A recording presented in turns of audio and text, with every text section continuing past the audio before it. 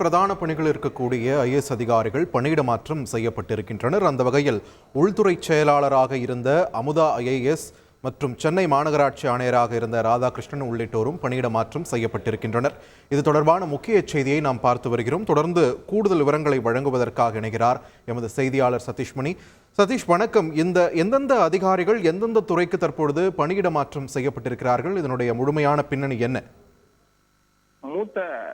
மூத்த ஐஏஎஸ் அதிகாரிகள் உட்பட மாவட்ட ஆட்சியர்கள் வரை கிட்டத்தட்ட ஒரு 15 ஐஏஎஸ் அதிகாரிகள் பணியிட மாற்றம் செய்யப்பட்டிருக்கிறார்கள். இதுல மிகவும் முக்கியமான துறை வைத்து வந்த அமுதா உள்துறை செயலாளர் அவர் பணியிட மாற்றம் செய்யப்பட்டிருக்கிறார். வருவாய்த்துறை செயலாளராக பணியிட மாற்றம் செய்யப்பட்டிருக்கிறார்.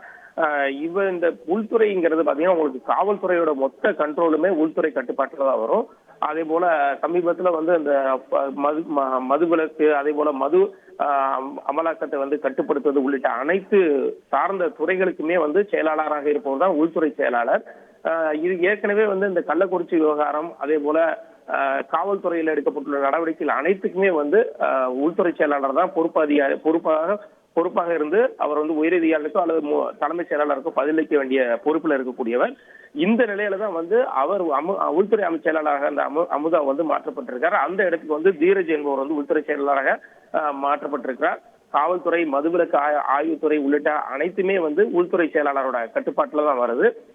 இந்த நிலையில தான் அவர் மாற்றப்பட்டிருக்கார். அதே போல இதுல முக்கியமா இருந்தப்பட்டிருந்த இந்த 15 மாவட்ட ஆட்சியர்ல ஏற்கனவே கள்ளக்குறிச்சி மாவட்ட ஆட்சியரா இருந்த சரவணன் தற்போது வீட்டு வசதி துறையில அவர் அவருக்கு பொறுப்பு ஒதுக்கப்பட்டிருக்கிறது.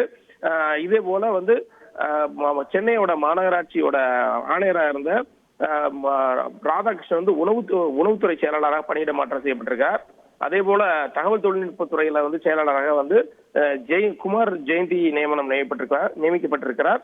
கால்நடை மீன்வளத்துறை செயலாளராக கோபால் நியமிக்கப்பட்டிருக்கிறார். அமுதா பொறுப்பு வகித்து வந்த அந்த பொறுப்புக்கு தீரஜ்குமார் தற்போது உள்துறை செயலாளராக பணியிட மாற்றம் செய்யப்பட்டிருக்கிறார். ஏற்கனவே அந்த பொறுப்புல இருந்த அமுதா வருவாய்த்துறை செயலாளராக பணியிட மாற்றம் செய்யப்பட்டிருக்கிறார். இந்த உள்துறைங்கிறது பாத்தீங்கன்னா மாநிலத்தோட ஒட்டுமொத்த ஒரு கண்ட்ரோல் காவல்துறை அதே போல ஐஏஎஸ் அதிகாரிகள் உள்ளிட்ட இருவருமே உள்துறையை தான் ரிப்போர்ட் பண்ண வேண்டிய ஒரு டெய்லி ரொட்டீன் செக்கப்பா இருப்பாங்க. சமீபத்துல நடந்த கள்ளக்குறிச்சி சம்பவம் ஆகட்டும் அல்லது அது தொடர்பான நடந்தப்பட்ட விஷயங்கள் அனைத்துக்குமே முக்கியமாக பொறுப்பு வகிப்பது உள்துறை செயலாளர் தான். இந்த நிலையில அந்த பொறுப்பு வைத்து அமுதா பணியிட மாற்றம் செய்யப்பட்டிருக்கார். அவருக்கு பதிலாக தீரஜ்குமார் அந்த உள்துறை செயலாளராக நியமிக்கப்பட்டிருக்கிறார். செய்திகளை உடனுக்குடன் தெரிந்து கொள்ள உடனே சப்ஸ்கிரைப் பண்ணுங்க.